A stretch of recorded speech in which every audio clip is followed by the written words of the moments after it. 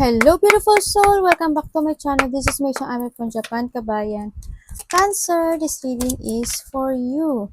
Maraming salamat muna sa aking subscriber, new subscriber, cross-watcher, at sa mga bagong pasok dyan. Welcome na welcome kayo sa bahay ni Ate Aimee.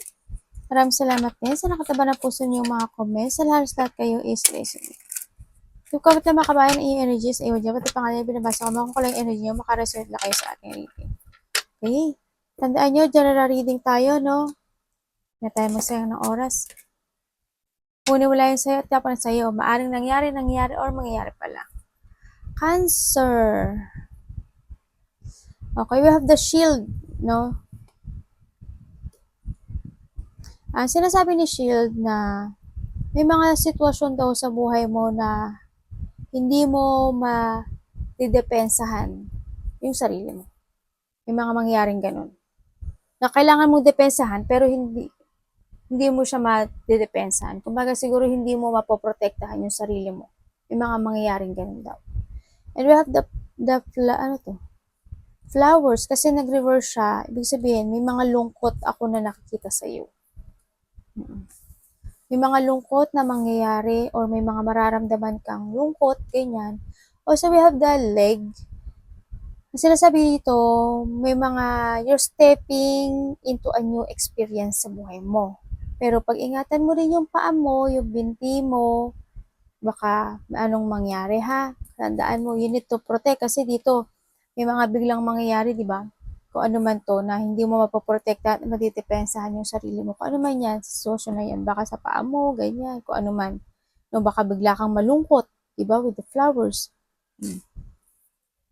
Yan, ingat lang din. Kumbaga, you are stepping into a new experience. Kung may mga bagong experience ka na mararanasan. No? We have the October. Hindi ko alam kung anong meron sa October sa'yo. Siguro, birthday ng kakilala mo, asawa mo, kapatid mo, anak mo, nanay mo, tatay mo. Kung ano man yung October na yan. Last year or this year or next year. Yan. We have the stork in reverse siya. Sabi dito is may mga problema actually. No?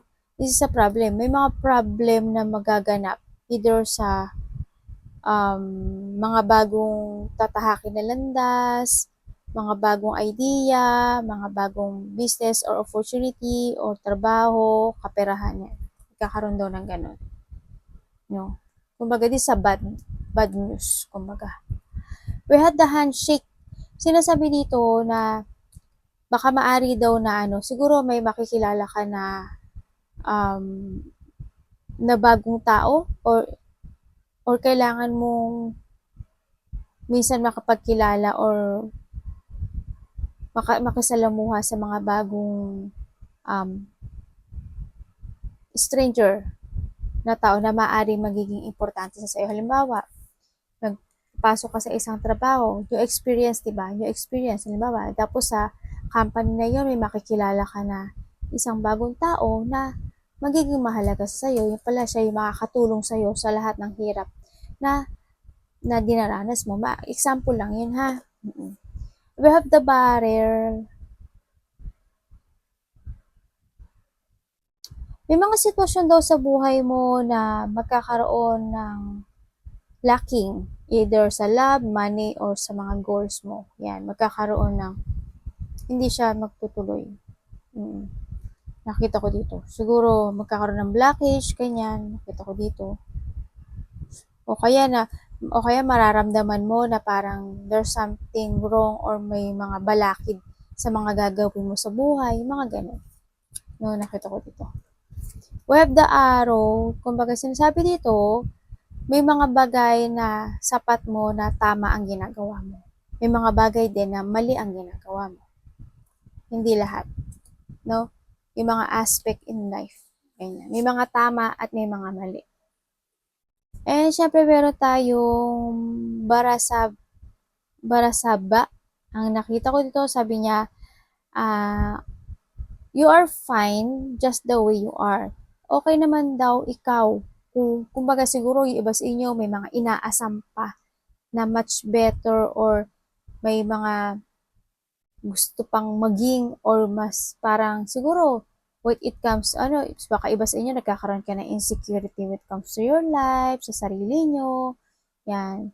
Baka, kumbaga, nasabi ni Barasabya, sinasabi niya na, okay ka naman, no? Kumbaga, kailangan mo makita yung halaga mo, yung value mo. Kumbaga, wag kang tumingin sa iba na tumingin ka sa sarili mo. Wag mong gayahin yung iba, ilabas mo yung meron ka. Diba? Kasi hindi naman tayo pare-pareho ng meron eh. Iba siya, iba ka. Yung meron ka, wala siya. E di yung meron siya na wala ka, e di ilabas mo yung meron ka. Diba? Show it. Mga ganun. Okay? At meron tayong si Manas kasi nag-reverse si Manas sa nakita ko dito. Yan, mag-ingat ka rin kasi yan, like I told, may mga lungkot ako nakikita sa'yo, may mga paghihiwalay, makakaramdam ka daw ng mga indecided na, mga unclear situation, unclear decision sa nakita ko dito. Saka meron daw dito na hindi ka pahalagahan or vice versa tayo ha. May mga biglaan din na mangyayari. Meron ding mga um, hindi pagkakaintindihan ang nakikita ko no? Kasi nag-reverse siya eh. Kumbaga may mga cancel or delay maybe sa iba, no? Sa nakita ko dito. Ingat ka rin sa mga tao or mga kasalumuha mo na pwede kang linlangin, no? Na sa mga tao na may mga hidden potential or mga tao na they feel, pinaparamdam nila na gusto ka, pero deep inside hindi. Nararamdaman mo mahalaga ka, love ka nila, sinusuportan nila, pero deep inside hindi. There's a hidden potential sila na pinabalak sa'yo. Yun ang pag-ingatan ng maigi ha. You need to be clever ha. Okay? 1144, baka nakakita ka ng mga ganitong repeating numbers. Ang sinasabi kasi dito, this is a divine intervention kasi. There's a big venture, fated event, fate, purpose, higher calling. Yan, sinasabi dito na mga sitwasyon daw na much better para sa'yo. O, di ba? Para magkakaduktong siya, I-reviewin mo siya, magkakaduktong siya. May mga much better daw na para sa'yo. Kumbaga, when it comes to opportunity, may much better na para sa'yo. Yan, may mga aasamin ka na hindi naman para sa'yo, pero may ibibigay siya na para sa'yo. Kumbaga, kung ano man daw itong sitwasyon, kailangan yung expectation mo daw is mataas. Kumbaga, high vibes lang. No? Ganyan. Para mas more na high vibes yung nararamdaman mo, much more na darating yung positive na vibes para sa'yo. Diba?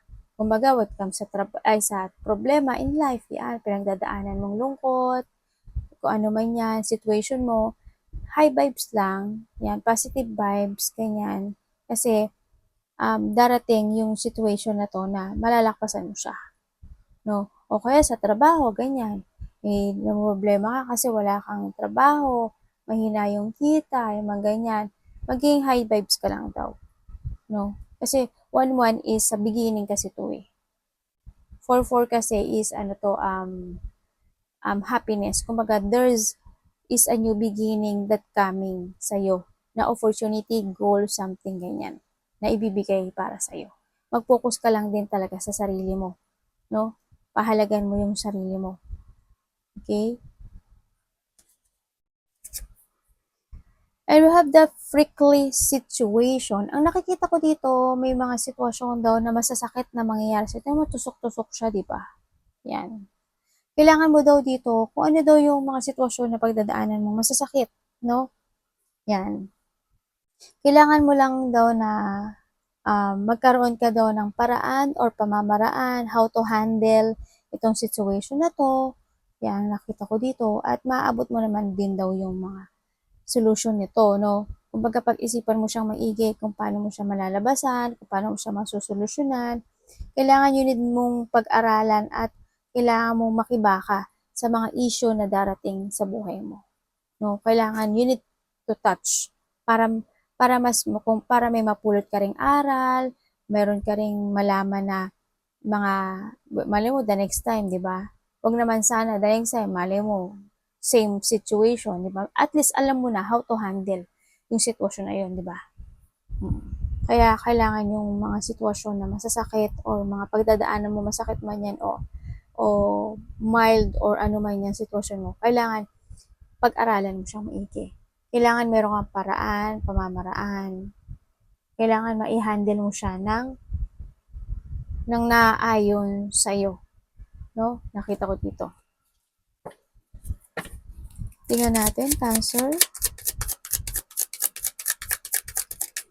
Ikaw ang mag-iisip ng solution mo. Siyempre, kailangan na, you need to learn, ha? Cancer.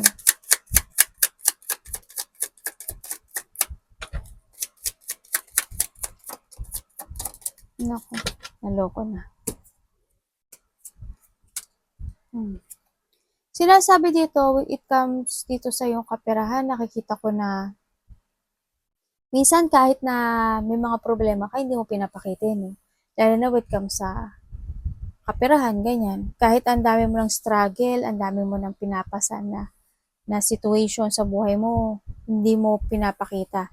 Oo, andun yung part na parang, andun yung sadness, oo, kumbaga, nakikita ko yung hardship mo dito, nakita ko yung lungkot mo. Parang may mga situation na hindi nag-fulfill or may mga situation na hindi na-achieve. May mga hindi pa na-accomplish, may mga unfinished business ako nakikita dito, no? May mga minamanifest din ako na nakikita na hindi dumarating sa'yo. Yung mga dinidesire mo. Siguro, nakita ko to, be mature. Be mature, kumbaga, nakita ko sa lahat ng desisyon mo sa buhay, nagiging mabagal ang pera, mabagal ang mga solution, decision. Tapos parang nag-i-stay ka. Alam mo yun, huwag kang mag-stay. Huwag kang mag-stay sa isang situation. Huwag kang maging freakly situation, okay? Huwag mong yaan. Kung ano man itong mga pinagdadaanan mo na mahirap na situation, hayaan mo lang siyang dumaan. Huwag kang mag-stay. Padaanin mo lang siya. No?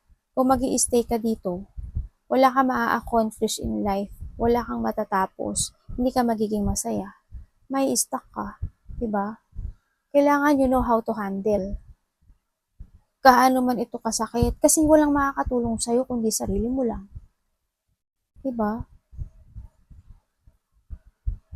May tumulong man sa'yo, lilinglangin ka lang nila. I-judge ka nila. Kaya yung mga bigat na pasanin mo na dinadala sa buhay mo ngayon, ikaw lang din na makapagbibigay ng solusyon dito. You need to control yourself. Kung kailangan, magkaroon ka muna ng mental peace, mag-meditate ka, mag-relax ka, punta ka sa mga nature, kumunika sa nature, ganyan, punta ka sa park, ganyan. Ngayon, para magkaroon ka ng mental peace, ayun, darating yung time, pag na-relax na yung mind mo at yung puso mo, masusolusyonan mo lahat ng problema mo sa buhay. Kasi you know how to handle me. Malalaman mo na paano siya i-handle, di ba? Yun lang yung payo ko. Pero nasa iyo naman yun, no? It's up to you. Arigato namaste. God bless.